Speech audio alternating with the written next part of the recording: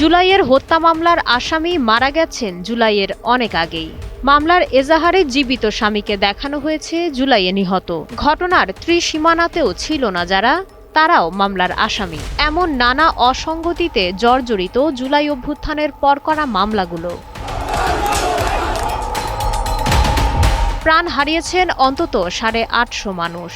2024 সালের July August অভ্যুত্থানের এমন বিপুল সংখ্যক মৃত্যুর ন্যায় বিচার পাওয়ার আকাঙ্ক্ষা আটকে গেছে এক ভয়াবহ আইনি গোলকধাঁধায়।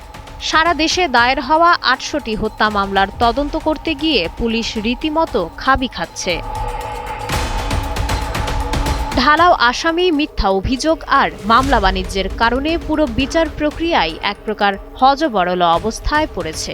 দৈনিক দেশ রূপান্তরের বিশ্লেষণ বলছে, অনেক মামলার বাদী নিজের এজাহারে আসামিদের নাম পরিচয় পর্যন্ত জানেন না। আবার এমন সব মানুষের নাম আসামির তালিকায় রয়েছে যারা ঘটনার সময় দেশের বাইরে ছিলেন অথবা মারা গেছেন অনেক আগেই। তদন্তকারী কর্মকর্তাদের ওপর এখন পাহাড় সম চাপ। একজন কর্মকর্তাকে গড়ে 10টিরও বেশি হত্যা মামলা সামাল দিতে হচ্ছে।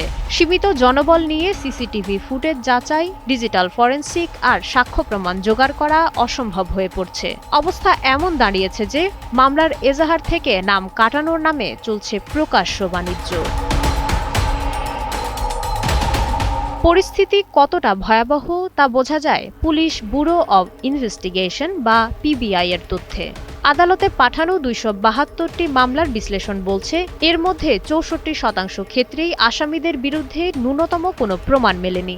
এমন অনেক মামলা হয়েছে যেখানে রাজনৈতিক নেতারা তাদের শত্রুদের ঘায়েল করতে মৃত ব্যক্তিদের নামও ঢুকিয়ে দিয়েছেন। বরিশালে এমন একটি মামলায় মৃত 4 ব্যক্তির নাম আসামির তালিকায় পাওয়া গেছে।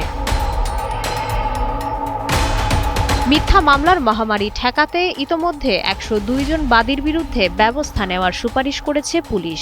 আশুলিয়ার বাইপাইলে একটি মামলায় দেখা গেছে, জীবিত ব্যক্তিকে নিহত দেখিয়ে তার স্ত্রী মিথ্যা মামলা করেছেন। উত্তরায় নিহত ব্যক্তির মা যে মামলা করেছিলেন, তদন্তে দেখা গেছে ওই মামলার আসামিরা ঘটনার সময় ঘটনাস্থলে ছিলেনই না। এমনকি প্রতিপক্ষকে ফাঁসাতে বিএনপি নেতাকর্মীদের আওয়ামী লীগ নেতা সাজিয়ে আসামি করার মতো বিচিত্র ঘটনাও ঘটেছে।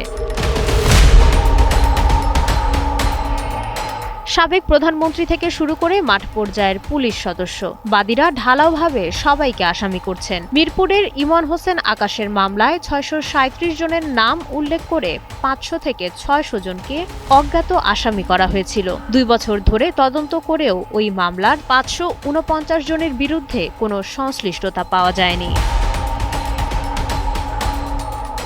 সরকারি পরিসংখ্যান অনুযায়ী 800টি মামলার মধ্যে এখন পর্যন্ত মাত্র 354টির তদন্ত শেষ হয়েছে। অভিযোগপত্র জমা পড়েছে মাত্র 115টিতে। বাকিগুলোর তদন্ত কবে শেষ হবে তার কোনো সদুত্তর নেই।